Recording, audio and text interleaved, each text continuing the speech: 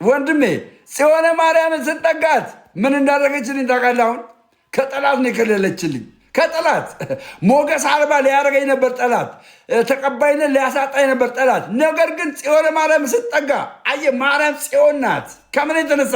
ከኪዳኗ የተነሳ። ከምን የተነሳ? የአምላክ እናት ከመሆኗ የተነሳ። ምንድን አለ? መሸሸጊያ መደበቂያ ናት፣ መትጋርደኝ ናት። አያችሁ፣ መሸሸጊያ ናት ድንግል ማርያም። ጽዮን መሸሸጊያ ማለት ነው፣ አምባ ማለት ነው።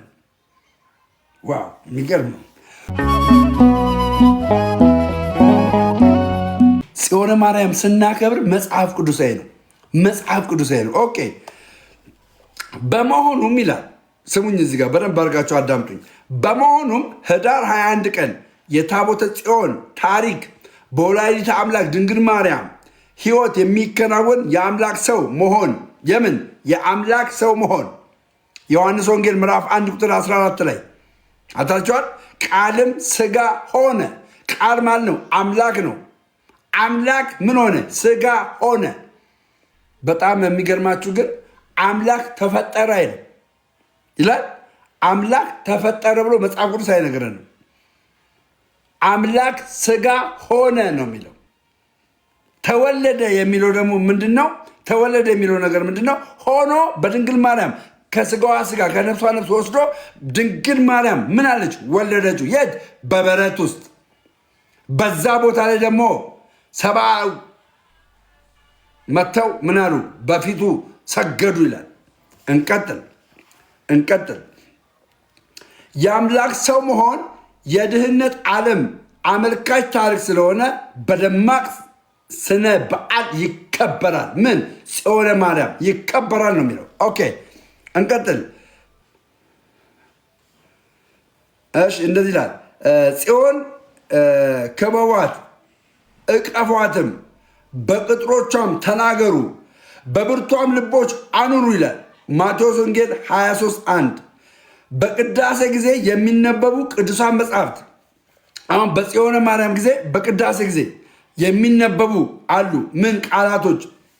የእግዚአብሔር ቃል ጥቅሶች አሉ፣ ይነበባሉ። እነዚህ ምን? ሁለተኛ ቆሮንቶስ ምዕራፍ 6 ቁጥር 12 ላይ፣ ሁለተኛ ቆሮንቶስ ምዕራፍ 6 ቁጥር 12 ላይ፣ አንደኛ ጴጥሮስ ምዕራፍ 2 ቁጥር 5 ላይ። እነዚህ ጽዮን ማርያምን ስናከብር በቅዳሴ የምናከብራቸው በቅዳሴ ሰዓት የሚነበቡ መጽሐፍት ናቸው።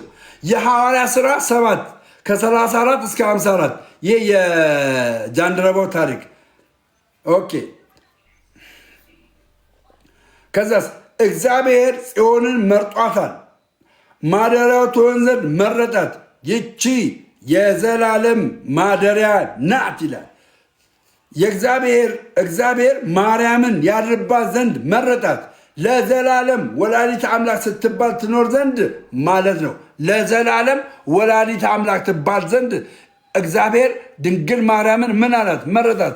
ወደድክም ጠላህም ድንግል ማርያምን ወላዲተ አምላክ አለማለት አትችልም። ለምን? መጽሐፍ ቅዱስ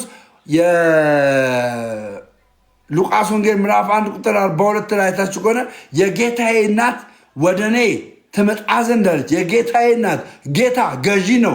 ጌታ አምላክ ነው። የአምላክ እናት ናት። ወላዲተ አምላክ አለማለት አትችልም ድንግል ማርያምን። ገባ? ግዴታው ነው ማለት። ክርስቲያን የሆነ ወላዲተ አምላክ ማለት ግዴታው ነው። ክርስቲያን የሆነ ሁሉ ድንግል ማርያምን ብፅዕት ማለት ግዴታው ነው። ግዴታው ነው። ክርስቲያን ቆም መጽሐፍ ቅዱስ የምታምን ከሆነ ትውልድ ሁሉ ብፅዕት ይሉኛል ብላ የተናገረችውን አለማለት አትችልም። መረረህም ቀዘቀዘህም ይሄንን መደርገም ይሄንን መዋጥ ግዴታ ነው ለድንግል ማርያም። ኮመንት ላይ አጥለቅልቁልኝ ወላዲተ አምላክ እያላችሁ ኮመንቱን አጥለቅልቁት። በማርያም ወላዲተ አምላክ እያላችሁ ሁላችሁም አጥለቅልቁልኝ። ሁሉ ሰው ወላዲተ አምላክ እያለ ኮመንቱን ያጥለቅልቀው። በማርያም ወላዲተ አምላክ ናት። ወላዲተ አምላክ የስ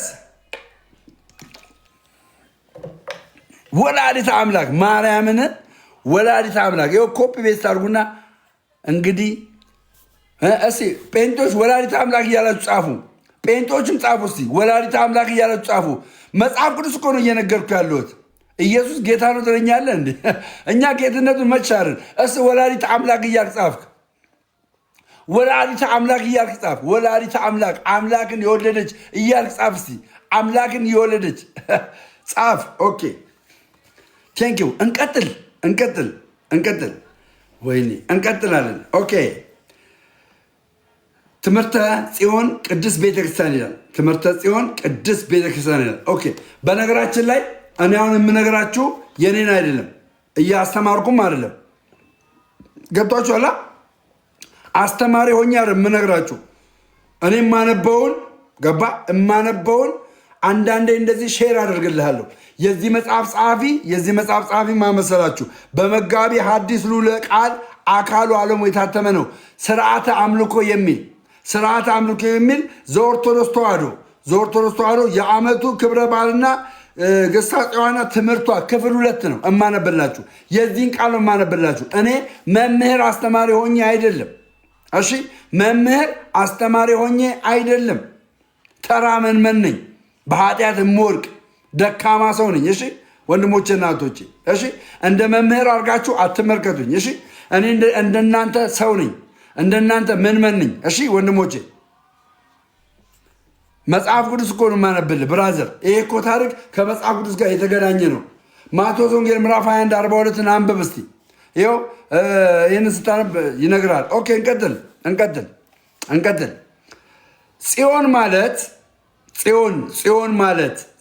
ማለት ምን ማለት ነው ይለናል? አምባ ነው ይለናል። መጠጊያ ነው ይለናል። ምሽግ ነው ይለናል። ምን ጽዮን ማለት አያችሁ፣ ከጠላት መሰወሪያ ማለት ነው ይላል። ጽዮን ወንድሜ ጽዮን ማርያምን ስጠጋት ምን እንዳደረገችልኝ ታውቃለህ? አሁን ከጠላት ነው የከለለችልኝ። ከጠላት ሞገስ አልባ ሊያደርገኝ ነበር ጠላት፣ ተቀባይነት ሊያሳጣኝ ነበር ጠላት። ነገር ግን ጽዮን ማርያም ስጠጋ አየህ፣ ማርያም ጽዮን ናት። ከምን የተነሳ? ከኪዳኗ የተነሳ። ከምን የተነሳ? የአምላክ እናት ከመሆኗ የተነሳ። ምንድን አለ? መሸሸጊያ መደበቂያ ናት፣ መትጋርደኝ ናት። አያችሁ፣ መሸሸጊያ ናት ድንግል ማርያም።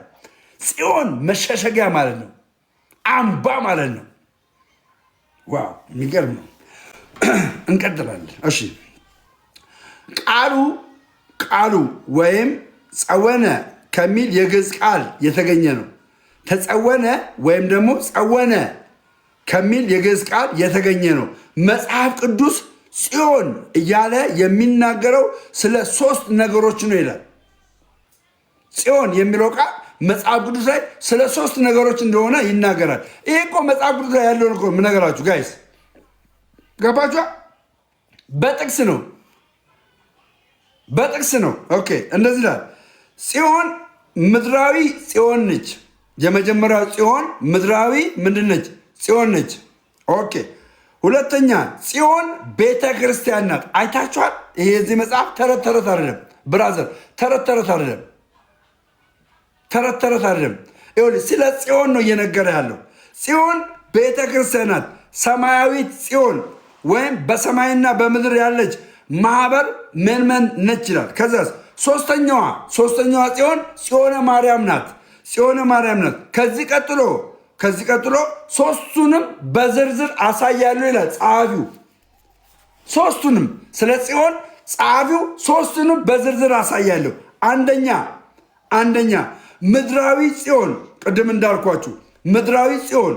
ያቺ ምድራዊ ጽዮን ማን እንደሆነች መች እንደነበረች በዛ ሰዓት ላይ ማን እንደነበረ የሚናገረው ነው የምነግራችሁ። ምድራዊ ጽዮን። ኦኬ ደሜ ቆዳው ሰላም ነው ብራዘር፣ ቆዳዬ ሰላም ነው። ምንም አልሆነ አባቴ።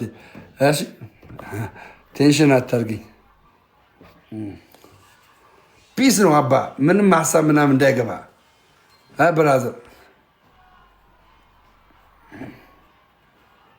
ኖርማል አሁን ኖርማል ነው። እሺ ምድራዊ ጽዮን ዳዊት። ስሙኝ በእናታቸው ይህን ታሪክ ዋው ጂሰስ ክር አረ ለጓደኞቻችሁ ሼር አድርጉላችሁ። ማርያምን ታብታቡን 10 ሺህ አስገቡ። ይህን የመሰለ ነገር ማን ይነግራል? ማርያምን ነው የምልህ።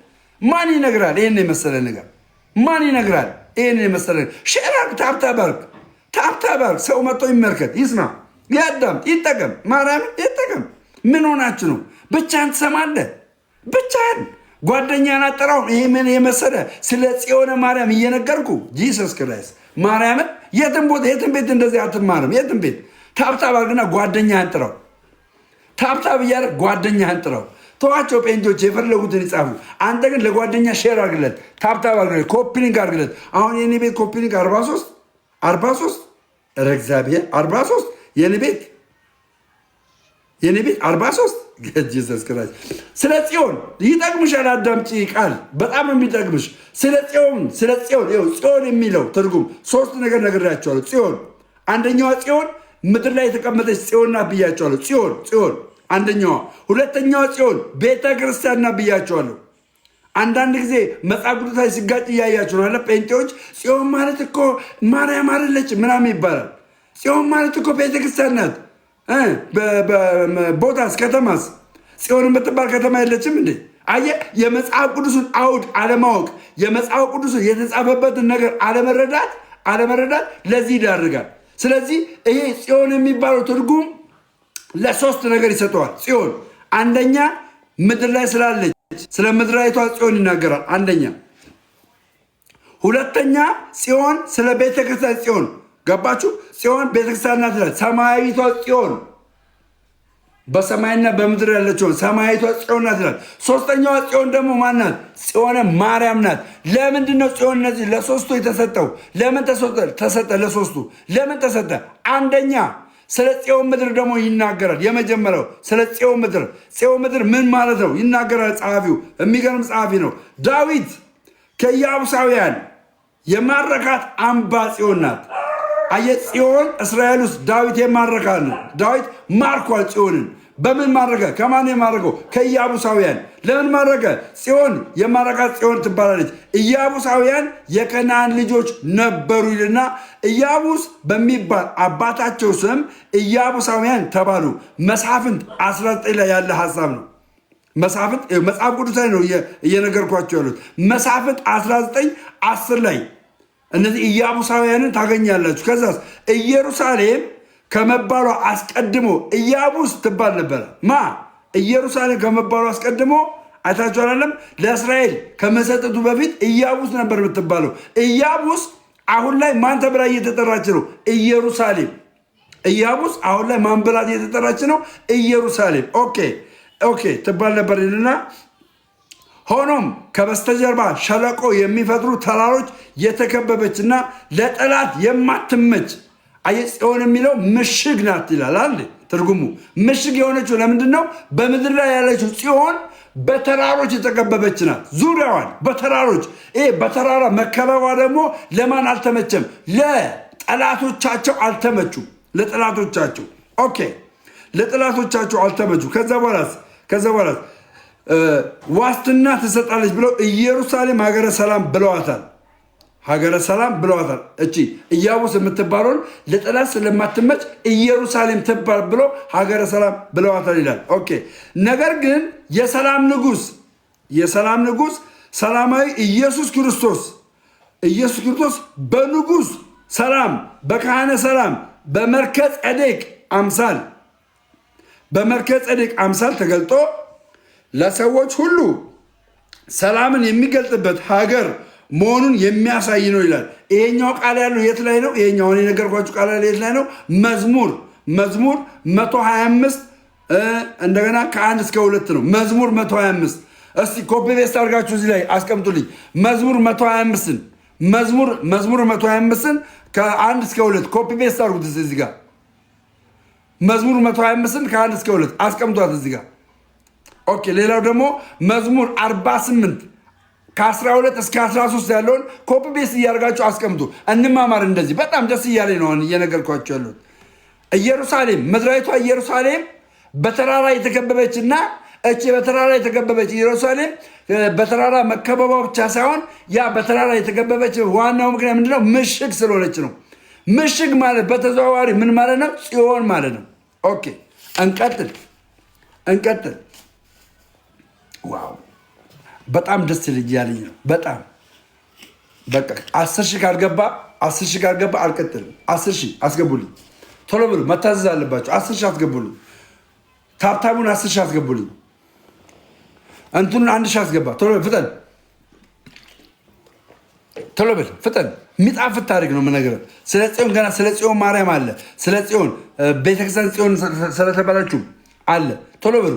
ጴንቶችን ተዋቸው። ታብታቡን 10,000 ያስገቡት። አፍጥኑት፣ አፍጥኑት። ታብታቡ 10,000 አይናቸው እያየ ቴንኪው፣ አይናቸው እያየ 10,000 ያስገቡላቸው። እንቀጥል። እሺ። በሌላ መልኩ በአብርሃም ዘመን ሳሌም ትባል እንደነበረ እናነባለን። የሳሌም ንጉሥ ዘፍጥረት 14 ላይ ታችኋላ። የሳሌም ንጉሥ መልከ ጸዴቅ ከጀርባው አስራትና በኩራትን ምን ይል ነበረ? ያወጣ ነበር ይላል መልከ ጸዴቅ። እሺ ይሄኛው ደግሞ ዘፍጥረት 14 18 ላይ ያለ ሀሳብ ነው። ትውፊቱ ወይም ደግሞ ታሪክ አዋቂዎች እንደሚሉት በሴዱ ልጅ በሳሌም ስም ኢየሩሳሌም መጠራቷን ጠቅሷል። ሳሌም የሚለውን ኢየሩሳሌም ተብላ ተጠቅሷል ተብሎ በታሪክ ደረጃ ይነገራል። እስራኤላውያን በሕዝብነት ከመታወቃቸው አስቀድሞ ኢያቡሳውያን በነገስታት የሚመራ መንግስት ነበራቸው ይላል። ኢያቡሳውያን እንግዲህ ቅድም ነግራቸዋለሁ። ኢያቡስ የተባለችው ነው አሁን ኢየሩሳሌም ተብላ የተነገረ። ኢያቡስን ነው እንግዲህ ዳዊት ከማረካቸው በኋላ ኢየሩሳሌም ተብላ የተነገረ። ኦኬ በነገስታት የሚመሩ ነበሩ ይልና ኢያሱ ህዝበ እስራኤልን መምራት ከጀመረ በኋላ የከናናውያንንና የኢያቡሳውያንን ኃይል አዳከመ ይላል። የከናናውያንና ዘመን የመጣ በጣም ቆጭቶኝ ነበረ። ይህን ታሪክ እንድታውቁ ማለት የከናናውያንና የኢያቡሳውያንን ኃይል መታ ይላል። በነገራችን ላይ ኢያሱ 32 ነገስታትን ነው ድል አድርጎ ከነዓንን ምን ያለው የወረሰው። አያችሁ ለ12ቱ ለእስራኤል ነገድ እነዛን 32 ነገስታትን ድል ካላደረገ ማግኘት አይችልም። ሶዛት እነዚህ ኢያቡሳውያን በነገስታት የሚመሩና ንጉስ የነበራቸው ነበሩ እና ጽዮነ ማርያም በምድር ላይ ያለችው ጽዮን ከምን የተነሳ ነው ብያቸዋለሁ። ዳዊት እነሱን ድል አድርጎ ኢያቡሳውያንን የጽዮን ከተማ አደረጋት ይላል። ምድራዊ ጽዮን እቺ ናት። ምድራዊ ጽዮን አያችሁ፣ ምድራዊ ጽዮን እቺ ናት። ኦኬ እንቀጥላለን። በኢያሱ ሆነ በሁሉም ዘመን መሳፍንት የኢያቡሳውያን መንግስት ጨርሶ ሳይደመሰስ ስለቆየ አያችኋለም። የኢያቡሳውያን መንግስት ጨርሶ ምን አልተባለም ነበረ? አልተደመሰሰም ነበረ። የደመሰሳቸው ግን ማን ነበረ? ንጉስ ዳዊት ነው። አይታችኋል። የደመሰሳቸው ማን ነው? ንጉስ ዳዊት ነው። እሺ እንደዚህ ይላል። በዳዊት ዘመን ድል ተመታ ካለ በኋላ የኢያቡሳውያን የጦር ምሽግ ጽዮን ትባል ነበር ይላል። ኢያቡሳውያን የጦር ምሽጋቸው ምድር ላይ ያለችው ኢያቡሳውያን የጦር ምሽጋቸው ጽዮን ትባል ነበር ይልና ከዛስ ሁለተኛ ሳሙኤል ምዕራፍ 5 ቁጥር 6ን ያስቀምጥላችኋል። ገባችሁ? ምዕራፍ 5 ከቁጥር 6 እስከ 10 ይሄን ታሪክ ታገኛላችሁ። ይሄን ታሪክ ከዛ ዳዊት አምባይቱን ከማረከ በኋላ ከኢያቡሳውያን ድል ካደረጋቸው በኋላ ጥቂቶች ነበር የቀሩት። ማሸነፍ አቅቷቸው ነበር እስራኤሎች። ገባችሁ? በመሳፍንት ዘመን ኢያቡሳውያን መጥቶ አልጨረሳቸውም ነበረ። በመሳፍንት የሚነሱ መሳፍንቶችም እነዚህ ኢያቡሳውያንን መምታት አልቻሉም ነበረ። ለምን? የተከበበ ተራራ ጽዮን የሚሏት የተከበበ ተራራ ነበራቸው። ያ የተከበበ ተራራ ለጠላቶቻቸው አስጊ ነበረ። ያንን ድል አድርጎ የመታው ማን ነው? ንጉስ ዳዊት ነው። ንጉስ ዳዊት ያንን ድል አድርጎ ከመታ በኋላ ምን ብሎ ሰየማት? ጽዮን ብሎ ሰየማት ይላል። ኦኬ እንቀጥል። የኢየሩሳሌም ክፍለ ከተማ የሆነችው ጽዮን በስተሰሜን እንደምትገኝ መጽሐፍ ቅዱስ ያብራራል። እዚህ ሲያብራራ መዝሙረኛው 47 ላይ ያስቀምጧል። ጽዮን የምትባለው ኢየሩሳሌም ሆና በስተሰሜን በኩል እንዳለች ይናገራል ማለት ነው። መጽሐፍ ቅዱስ ላይ እቺ ምድራዊ ጽዮን ይችን እንደሆነ ይናገራል። እንዳረሱብኝ ሶስት ነገር ነግራችኋለሁ። ጽዮን የሚለው በመጽሐፍ ቅዱስ ሶስት አይነት ትርጉም አለ ብያቸዋለሁ። አንደኛው ትርጉም ጽዮን ምድራዊ ነው ብያቸዋለሁ። አሁን እያነበብኩላችሁ ያለሁትን ጽዮን ማለት ነው። ኢየሩሳሌም ከተማ ውስጥ የተቀመጠች በተራራ የተከበበች ለጠላቶቻቸው እማትመች ከተማ ውስጥ ያለችን ጽዮን እየነገርኳቸው ያለሁት። ሁለተኛው ጽዮን ምን ብያቸዋለሁ? ጽዮነ ቤተክርስቲያን ብያቸዋለሁ። ገባ? ሰማያዊ ጽዮን በሰማይና በምድር ያለች ቤተክርስቲያን ብያቸዋለሁ። ሶስተኛዋ ጽዮን ደግሞ ጽዮነ ማርያም ናት ብያቸዋለሁ። ይሄንን ነው እንግዲህ እያብራራ ያለው መጽሐፉ። ይሄንን እያብራራላቸው ያለው። ኦኬ እንሂድ። እሺ፣ በሌላ መንገድ ጽዮን የሚባለው ደብረ ጽዮን እየተባለ በቤተ መቅደስ የታነጸበት ተራራ ያመለክታልና መዝሙር 132ን ያስቀምጣል። መዝሙር 132ን ያስቀምጣል። እንዳረሱልኝ ኢሳይያስ 4:5 ገብታችሁ ኢሳይያስ 4:5 ብታነቡ ስለ ጽዮን ይናገራል። ኦኬ ታቦተ ጽዮን ስንልም 10ቱ ቃላት ዋው! ታቦተ ጽዮን ስንል 10ቱ ቃላት የተጻፈበት ጽላት በውስጡ ያለበት የታቦቱ መኖሪያ ቦታ ጽዮን ይባላል። ታቦቱ የሚኖርበት ቦታ ምን ይባላል? ጽዮን ይባላል። ስለዚህ ጽዮነ ታቦት ተባለ ማለት ነው። ገባችሁ? ጽዮነ ታቦት ተባለ ወይም ደግሞ የታቦት ጽዮን ተባለ ማለት ነው። ኦኬ ለምሳሌ አክሱም ጽዮን ይባላል። ለምሳሌ አክሱም ጽዮን ደብረ ብርሃን ስላሴ እንደማለት ነው። አሁን እዛ አክሱም ጽዮን ይባላል። ደብረ ብርሃን ስላሴ እንደማለት ነው። ከዚህ በተጨማሪ ጽዮን የሚለው ስም ኢየሩሳሌምን ይወክላል። ምድራዊቷን ኢየሩሳሌም። ጽዮን ሲባል ማናት? ኢየሩሳሌም ናት። የቷ?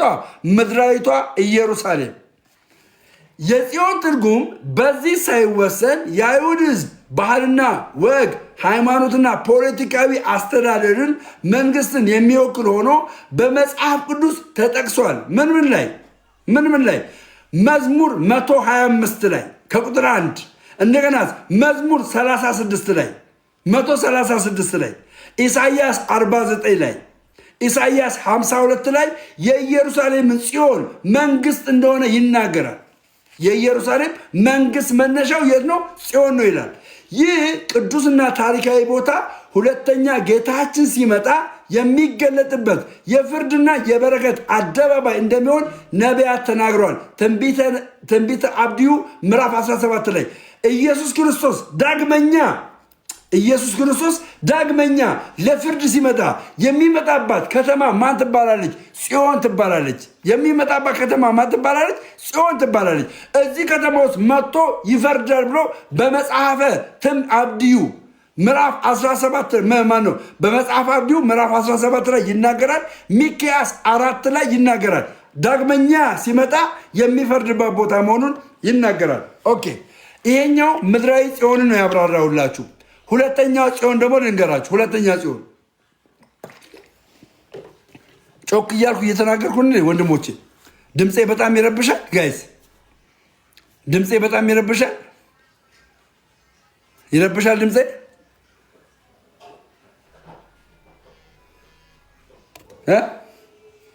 ድምፄ ይረብሻል። እሺ ቴንክ ዩ። እሺ ሁለተኛዋ ጽዮን ደግሞ አብራራላችኋለሁ።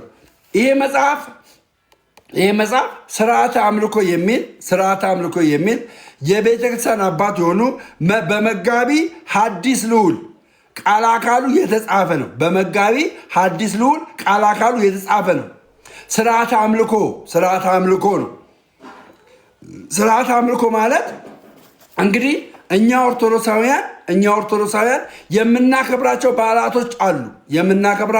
በዓላቶች አሉ እና እነዛም በዓላቶች ለምን እንደምናከብር ነው ይሄ መጽሐፍ የሚያስረዳን። ገባችሁ? ህዳር 12 ለምን እንደምናከብር፣ ህዳር 21 ለምን እንደምናከብር፣ ታኅሳስ 21 ለምን እንደምናከብር፣ ታኅሳስ 19 ለምን እንደምናከብር፣ ገባችሁ? ሐምሌ 19 ለምን እንደሚከበር ዘርዝሮ ይናገራል። ይሄ መጽሐፍ ኢትዮጵያ ያላችሁ ሰዎች ካላችሁ ግዙ፣ ካላችሁ ማለት ነው። ሁለተኛዋን ጽዮንን ደግሞ ልንገራችሁ። ስለ ቤተ ክርስቲያን የሆነችውን ጽዮን ልንገራችሁ። ኦኬ በሐዲስ ኪዳን አገልጋዮች በአዲስ ኪዳን አገልጋዮች ዘንድ ደብረ ሲና ወይም ደግሞ ደብረ ጽዮን አጋርና ሳራ የማን ሚስቶች ናቸው? መሴ ንገሩኝ። አጋርና ሳራ የማን ሚስቶች ናቸው? ኮመንት ላይ ቶሎ አጋርና ሳራ የማን ሚስቶች ናቸው? አጋርና ሳራ የማን ሚስቶች ናቸው? ቴንክ ዩ። ይስሐቅና እስማኤል በንጽጽር ብዙ ጊዜ ተጠቅሰዋል። ማንና ደብረ ሲናና ደብረ ጽዮን በማንና በማን ተነግረዋል? በይስሐቅና በእስማኤል። ኦኬ፣ በንጽጽር ብዙ ተጠቅሷልና ሕገ ርትዕት ኦሪት ለሙሴ የተሰጠበት የቁጣ የመዓት የሞት ምልክት ጭጋግ፣ ጉም፣ ደመና፣ ጨለማ የጋረደበት ደብረ ሲና ይባላል። በደብረ ሲና ታውቃላችሁ። በደብረ ሲና የተስፋውን ቃል ባለመጠበቅ በሳራና በአብርሃም ፈቃድ እስማኤል የወለደችው አጋር ምሳሌ ናት። ደብረ ሲና ምሳሌ ናት። የማን? የአጋር ምሳሌ ናት። ኦኬ፣ የተስፋውን ቃል ባለመጠበቅ ምሳሌ ናት ይልና እንዲሁም የተስፋውን ዘር አዳምጡኝ እዚህ ጋር የተስፋውን ዘር ያሳድድ የነበረው እስማኤል የስጋና የደም ስርዓት ባሸነፈው በዚህ ዓለም ትይዩ ወይም ንጽጽር ተጠቅሷል። እስማኤል የስጋ ፍላጎት እንደተሸነፈ የሚያሳይበትን ንጽጽር ተጠቅሷልና ጽዮንና ሳራ እንዲሁም የተስፋው ዘር ይስሐቅ። በነገራችን ላይ ክርስቶስ ኢየሱስ ግራውንዱ ከማን ነው የሚጀምረው? ከይስሐቅ ነው የሚጀምረው፣ ከእስማኤል አይጀምርም። ገባችሁ? የኢየሱስ ክርስቶስ የተስፋ ቃል ዘሩ ከማን ነው የሚመጣው? ከይስሐቅ። ይስሐቅ ያዕቆብን ነው የሚወልደው። ገባችሁ? ይስሐቅ ያዕቆብን ነው የሚወልደው። ያዕቆብ ደግሞ ማንን ነው የሚወልደው? ይሁዳን ነው የሚወልደው። የተስፋው ዘር የመጀመሪያ መነሻ ማን ነው? ይስሐቅ ነው። ይስሐቅ በማን ይሰየማል? በጽዮን ይሰየማል። እሺ እንቀጥል። ኦኬ፣ እንዲሁም ያሳድን የነበሩት ጽዮነ ሳራ እንዲሁ የተስፋው ዘር ይዘክር በመንፈሳዊ እና በማያልፈው ረፍትና ነፃነት በታወጀበት ህይወት በኩል ትርጉም ያለው መልእክት እንዲተላለፍባቸው ሆኗል ይልና፣ በሌላ አነጋገር ጽዮንና ሳራ ደብረ ሲናና አጋር የሁለት ኪዳናት ምሳሌ ናቸው ይላል። ሁለቱም የሁለት ኪዳን ምንድን ናቸው ይላል? ምሳሌ ናቸው። ማንናማ? ሳራ፣ ጽዮንና ሳራ፣ ደብረ ሲናና አጋር የሁለት ምሳሌ ናቸው ይላል። ከዛ በኋላስ ቅዱስ ጳውሎስ በገላትያ መልእክቱ ዋው፣ ላንብበው ይህንን ቃል ማርያምን በጣም ነው ማነበው። ይቅርታ ደሜ ምንድን ነው? ቅዱስ ጳውሎስ በገላትያ መልእክቱ ምን ይላል? እሺ እናንብበው። ቅዱስ ጳውሎስ በገላትያ መልእክቱ እናንተ ከሕግ በታች ልትኖሩ የምትወዱ ሕግን አትሰሙም። እስኪ ንገሩኝ፣ አንዱ ከባሪያይቱ አንዱም ከጨዋይቱ የሆኑ ሁለት ልጆች ለአብርሃም እንደነበሩት ተጽፏል። ነገር ግን የባሪያይቱ ልጆች እንደ ሥጋ ተወልደዋል። የጨዋይቱ ግን በተስፋ ቃል ግን ተወልደዋል ይላል። አያችሁ፣ ከጨዋይቱ የተወለዱት ምንድን ናቸው? ቤተ ክርስቲያን ናቸው እያለ ነው። ከዛች ከአጋር ደግሞ የተወለዱ ምንድን ናቸው? ከስጋ የተወለዱ ናቸው። ወደ ምን ያልተካተቱ? ወደ ቤተክርስቲያን ያልተካተቱ ተስፋ የሌላቸው ብሎ ይናገራል። ከዛ በኋላስ ከደብረ ሲና የሆነችው አንዲቱ ለባርነት ልጅን ትወልዳለች፣ እርሷም አጋር ናት። ይቺም አጋር በአረብ ምድር ያለችው ደብረ ሲና ናት። አሁንም ያለችውን ኢየሩሳሌምን ትመስላለች። ከልጆቿ ጋር በባርነት ናትና፣ ላይኛይቱ ኢየሩሳሌም ግን በነፃነት የምትኖር ናት፣ እርሷም እናታችን ናትንና በገላትያ 4 ላይ ያለውን ሀሳብ ይናገራል። በነገራችን ላይ ገላትያ ላይ ያለውን ነገር ገላትያ 4 ላይ ያለውን ሀሳብ ላስቀምጥላችሁ። ገላትያ ላይ እንደዚህ ይላል። ከቁጥር 1 ጀምሮ አንድ ነገር በደንብ እንድታውቁልኝ ስለምፈልግ ነው።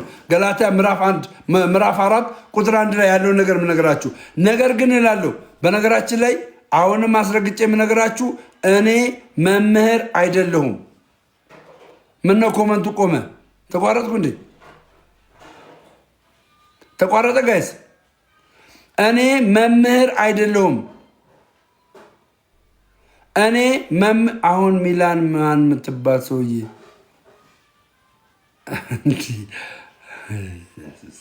እኔ መምህር አይደለሁም። እሺ እኔ መምህር አይደለሁም። ኦኬ ልቀጥል። እሺ ኦኬ እሺ እንደዚህ ይላል። ይኸውላችሁ አንዴ ቅርታ ወይ ላስተካክል ብኝ ነው። እሺ ሎግድ ላገውና ስሙኝ።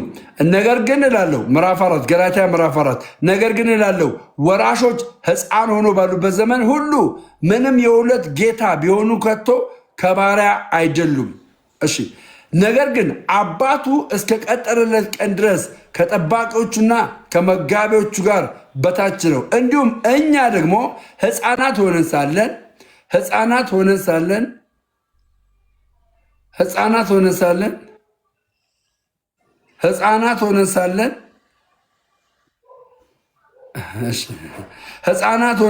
ምንድን ነው የሚገቡ? ማን ነው የሚያስገባቸው? እሺ ችግር የለውም ግን ኦኬ።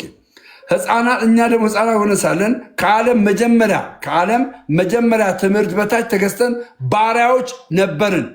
ምን ነበርን? ባሪያዎች ነበርን። ነገር ግን የዘመኑ ፍጻሜ በደረሰ ጊዜ እግዚአብሔር ከሴት የተወለደውን ከሕግም በታች የተወለደውን ልጁን ላከ። እንደ ልጆች እንሆን ዘንድ ከሕግ በታች ያሉትን ይዋጅ ዘንድ ልጆቹም ስለሆናችሁ እግዚአብሔር አባት ብሎ የሚጮህ የልጅነት መንፈስ በልባችሁ ውስጥ ላከ። ስለዚህ ከእንግዲህ ወዲህ ልጅ ነህ እንጂ ባሪያ አይደለህም። ልጅ ነህ እንጂ ባሪያ አይደለህም።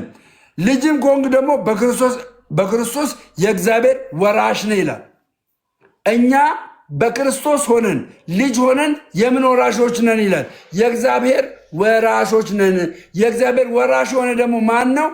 የቃል ኪዳን ሰው ነው። የእግዚአብሔር ወራሽ የቃል ኪዳን ሰው ነው ይላል። ቴንሽን አድርገኝ ታውቃላችሁ። እሺ በቃ ዘማርያም ጋር ሄዱ።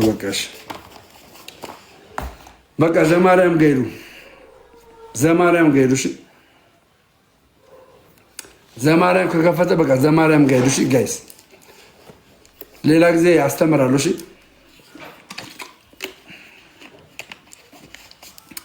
ዘማርያም ጋር ሄዱ። በቃ ሁላችሁም ዘማርያም ጋር ሄዱ። እሺ አባ እሺ ሁላችሁም ዘማርያም ጋር ሄዱ።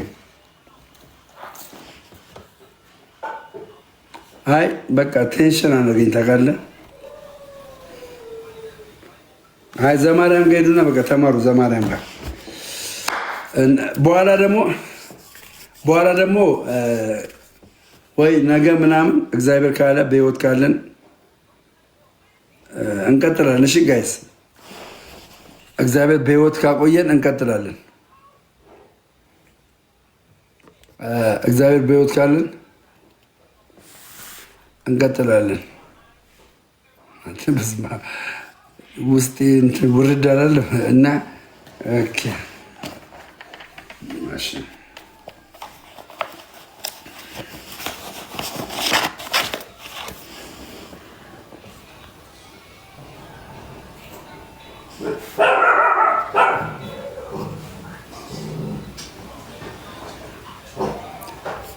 አይደለም ዝምም